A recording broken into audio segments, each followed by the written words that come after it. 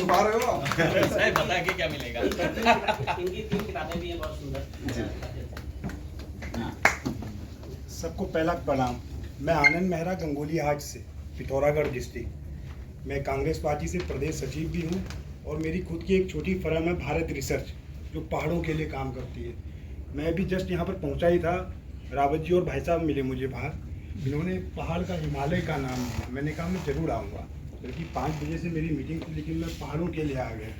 मैं जुड़ा कांग्रेस से हूँ, सिर्फ जुड़ा हूँ आधार है। ये कपड़े जुड़े हो सकते हैं, मेरे कांग्रेस से शरीर पहाड़ और हिमालय से जुड़ा हुआ। बहुत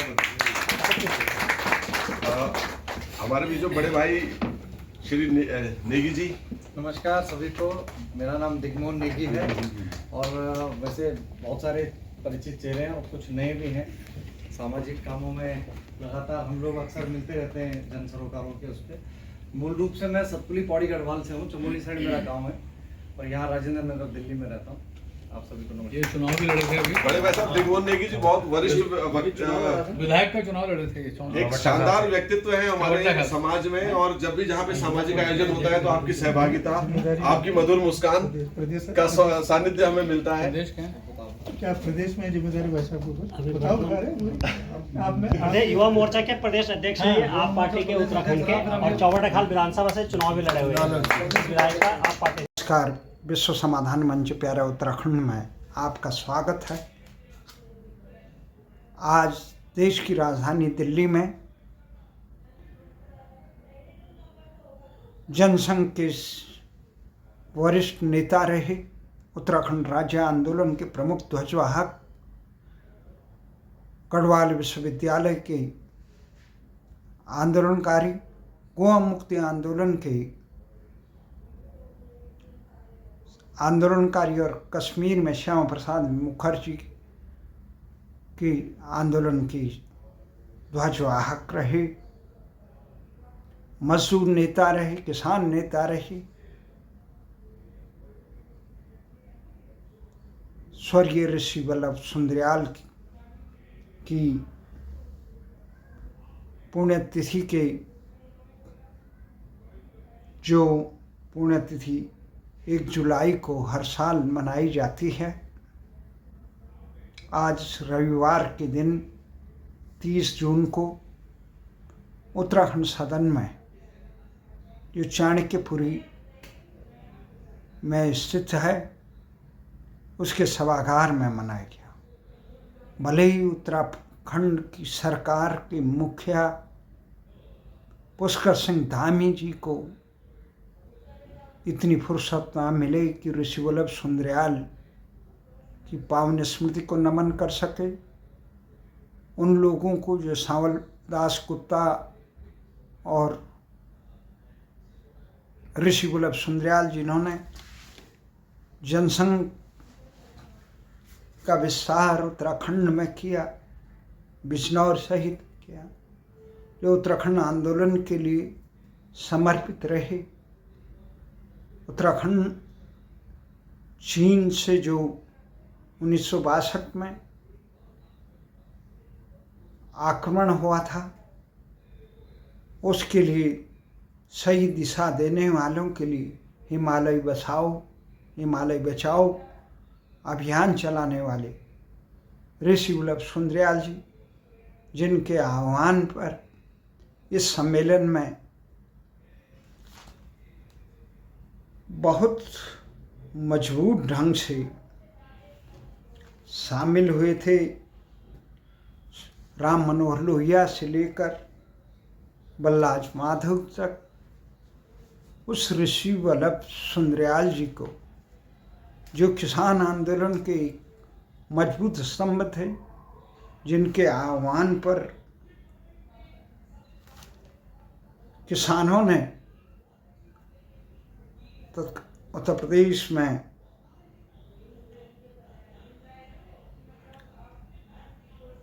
उन्नीस 1972-73 में बड़ा आंदोलन बिजनौर में चलाया था और उन्होंने आह्वान किया था, सरकार जिस प्रकार से गेहूं इत्यादि का मूल्य सही ढंग से नहीं दे रही है, उसलिए सरकारी गोदामों में न बेचा जाए। उनके इस आंदोलन में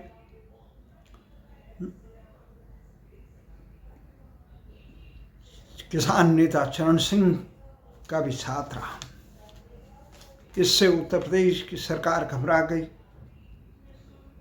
और 1974 जुलाई में बिजनौर में किसान आंदोलन में भाग लेते हुए जा रहे थे, उनको पुलिस प्रशासन ले गई। बाद में रहस्यमय परिस्थितियों में उनकी मौत हुई। बिजनौर में उनकी मौत पर जनता में हाहाकार मच गया। जनता ये मांग करने बैठ गई कि उनके शव का पोस्टमार्टम किया जाए, उनको न्याय दिया जाए। परंतु तत्कालीन उत्तर प्रदेश की बैगुना सरकार, हेमवती नंदन बैगुना सरकार ने न तो उनकी शव का पोस्टमार्टम कराया, न उसकी सीबीआई जांच कराई।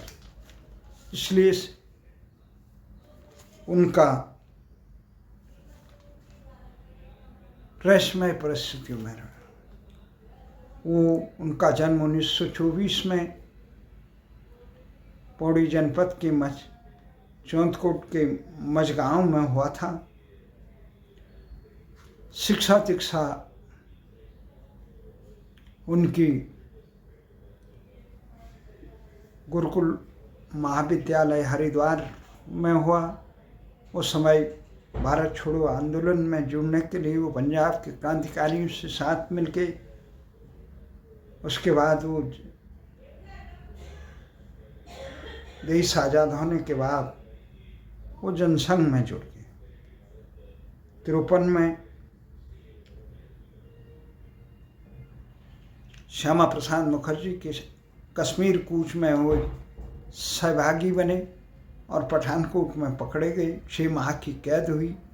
61-62 में गोवा मुक्ति आंदोलन के में जो पुर्तगालियों से मुक्त करने के लिए चलाया गया था, उसमें वो साथ रही।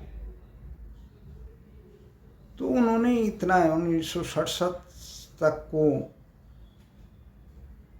स्वतंत्र रूप से चुनाव लड़ा, हार गए। जनसंघ से उन्हें बाहर किया गया। जनसंघ जनतंत्रीय जनसंघ बनाया, परंतु उसमें सफल नहीं। इसके बाद 1963 में हुए दिल्ली के लोधी कॉलोनी में राम मनोहर लोहिया और बल्लाज माधव के साथ उन्होंने हिमालय बसाओ बचाओ फिर बहुत बड़ा काम किया। 1967 में उत्तराखंड राज्य परिषद का गठन किया और इसके अध्यक्ष गोविंद सिंह और नारायण सुंदरयाल महासचिव बनाए। उसके बाद 10 दिसंबर 1967 में वोट क्लब पर प्रदर्शन किया।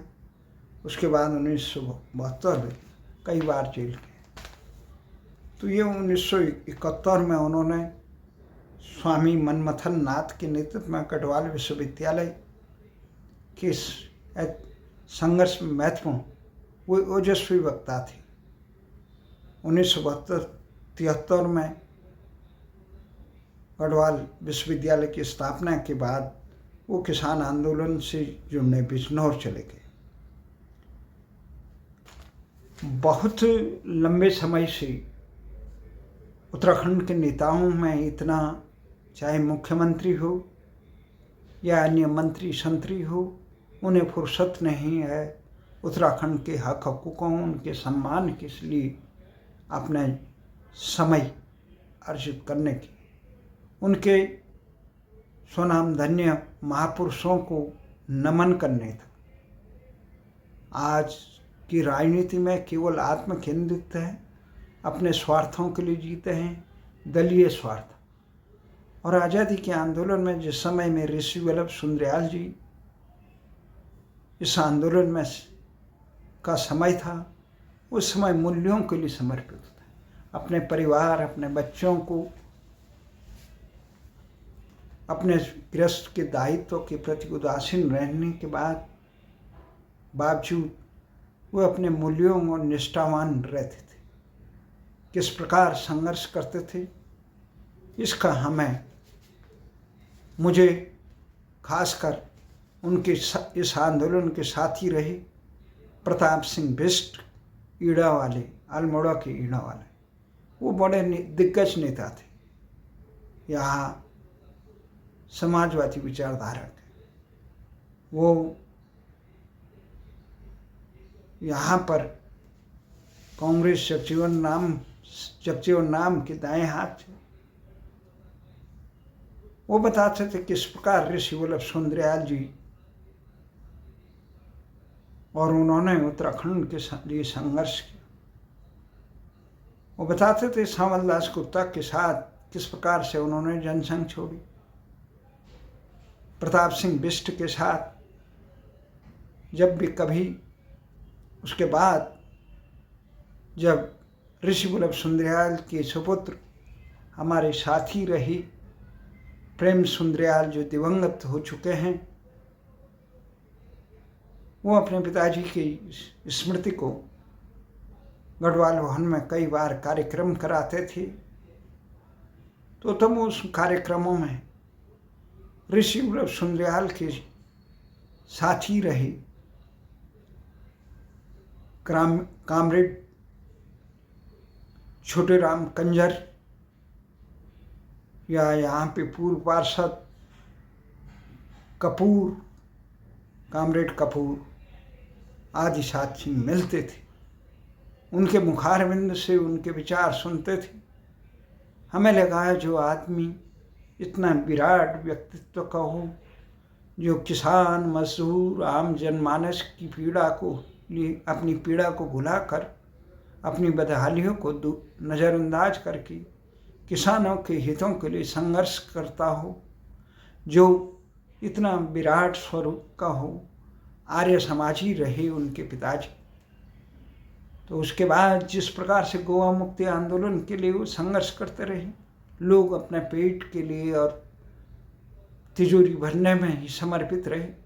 वो गोवा मुक्ति आंदोलन के लिए संघर्ष कर रहे थे, वो कश्मीर मुक्ति के लिए आंदोलन के लिए संघर्ष कर रहे थे, वो श्यामा प्रसाद मुखर्जी के जनसंघ के लिए संघर्ष कर, वो भारत के नवनिर्माण के लिए संघर्ष कर रहे थे। इस प्रकार के संघर्षजीवी उनको नमन करने का मन करता। आज इसीलिए मैं रविवार के बावजूद दूर चाणक्यपुरी सदन में गया। अधिकांश कार्यक्रमों में मैं नहीं जाता हूँ, क्योंकि इन कार्यक्रमों में स्थितियाँ ये हो जाती है कि केवल नाच गाने तक ही सीमित रहती हैं, और इन कार्यक्रमों के कारण समाज के वर्तमान दयनीय स्थिति पर कुछ बातचीत करने के लिए तैयार नहीं। इसलिए मैंने अधिकांश कार्यक्रमों में जाना नहीं, परंतु ऋषि वल्लभ सुंदरयाल जी का होता, इसलिए मैं आज रविवार होने के बावजूद सीधा चाणक्यपुर थाने गया। काफ़ी दूर रहता हूँ, सैकड़ों रुपये खर्च होता है। मेरी तरफ वहाँ पे दर्जनों सैकड़ों कम से कम 4-5 दर्जन लोग आए थे, उनके परिवार के लोग आए थे। ऋषि प्रेम सुंदरयाल जी की माता जी का, प्रेम सुंदरयाल जी की धर्मपत्नी का भी मिली, उनके बच्चे मिले, 2 बेटे बहुएं तमाम मिले। चार तिवारी इस कार्यक्रम को कर रहे थे। उसमें मनोज पांडे, आंदोलन के साथी प्रताप साई, डॉक्टर बिहारी लाल जलंधरी, इसमें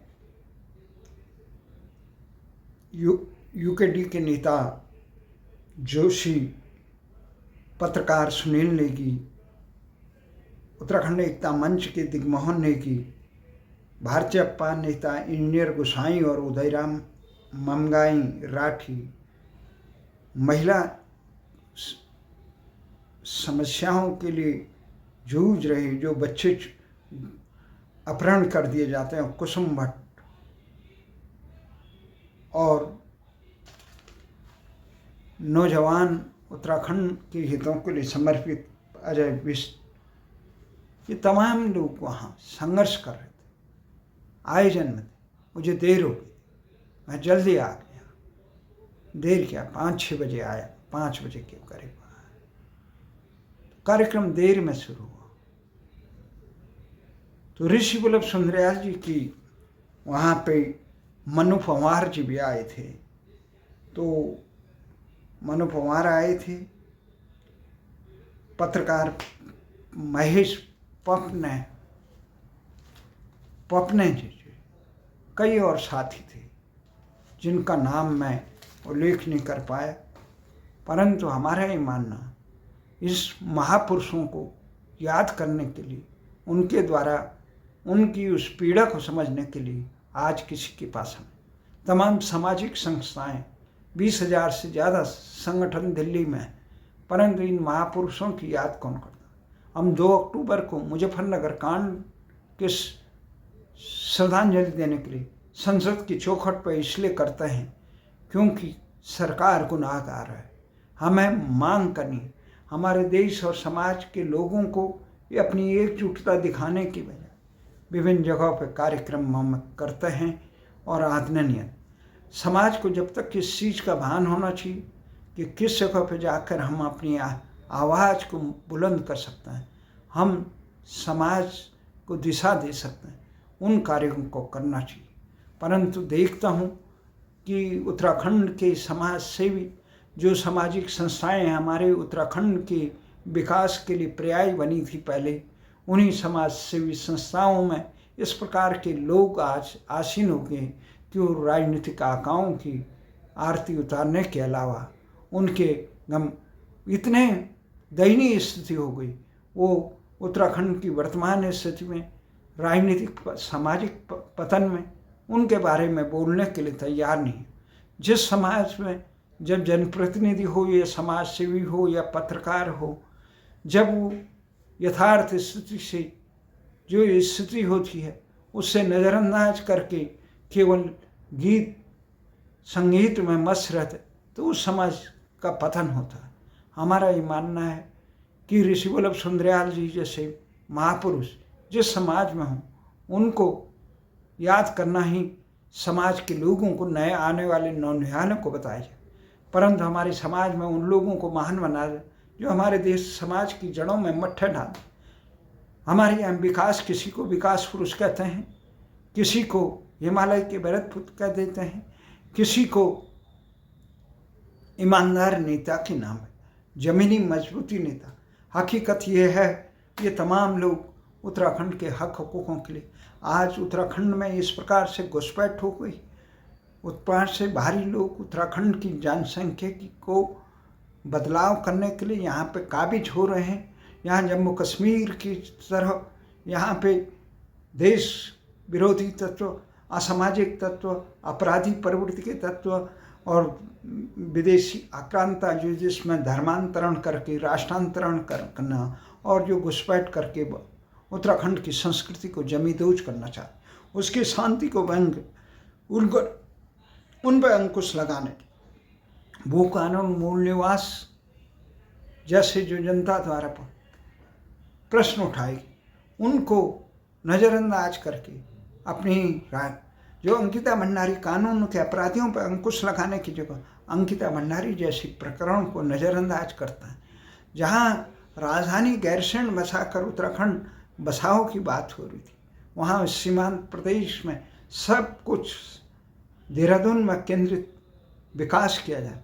उत्तराखंड के साथ किस प्रकार से खिलवाड़ हो रहा है, उत्तराखंड के हक हकूक़ों के लिए उन्होंने दिल्ली में उत्तराखंड का पानी और बिजली और पर्यावरण जो रक्षा है वो उत्तराखंड के लोगों को वहाँ पे उसका लाभ उत्तराखंड के लोगों को न मिला। दिल्ली के लोगों को पानी सस्ता मिलता है, बिजली सस्ती मिलती है, पर जब उसके सारा बलिदान उत्तराखंड के लोगों को, पर कौन समझाए। इस देश में समर्पित लोगों को कोई आवाज़ सुनने के लिए तैयार नहीं। उत्तराखंड के साथ जो मुजफ्फरनगर कांड हुआ था उसके अपराधियों को सजा देने के बजाय व्यवस्था ने उसको सम्मानित करने का काम, ये देश समाज के लोगों को समझना चाहिए किस प्रकार के राजनीतिक नेतृत्व, कम से कम उन समाज में जहाँ सच बोलने की हिम्मत न पत्रकारों में हो, न सामाजिक संगठनों में हो, न राजनेताओं में हो, तो समाज को कौन बचाएगा। इस पीड़ा में आज मैं देख रहा हूँ ऋषि वल्लभ सुंदरयाल की साथ कितने महापुरुष हुए, उनको कौन याद करता है। सबसे बड़ी बात है उत्तराखंड के लिए सच रास्ता दिखाने वाले आज पूरी राजनीति इस पर निर्भर करती है कि अकूत पैसे कमाओ, किसी भी ढंग से कमाओ, पार्टियों से टिकट खरीदो, मंत्री बन जाओ, संतरी बन जाओ, फिर इतना लूट भ्रष्टाचार करो कि अगले चुनाव में फिर करोड़ों रुपए बहाकर चुनाव लड़ो। ये केवल अंधी दौड़ चुनाव जीतने की हारने की, उससे न समाज का भला होता है न राष्ट्र का। इसी आशा और विश्वास में जो कल उनकी पुण्यतिथि है ऋषि वल्लभ सुंदरयाल, उनकी पावन स्मृति को नमन करता हूँ।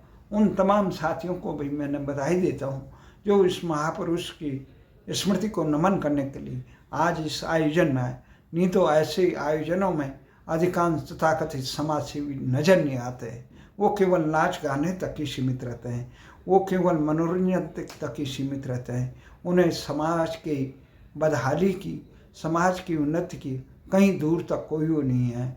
इस प्रकार का जब वातावरण समाज में हो, ऐसे समय में जो लोग समाज के मूर्धन्य लोगों के लिए जिन्होंने अपना पूरा जीवन समाज के लिए बलिदान किया, ऐसे लोगों को भी मैं सत सत नमन करता हूँ और इस प्रकार के आयोजन करने वाले साथियों को मैं नमन करता हूँ। धन्यवाद।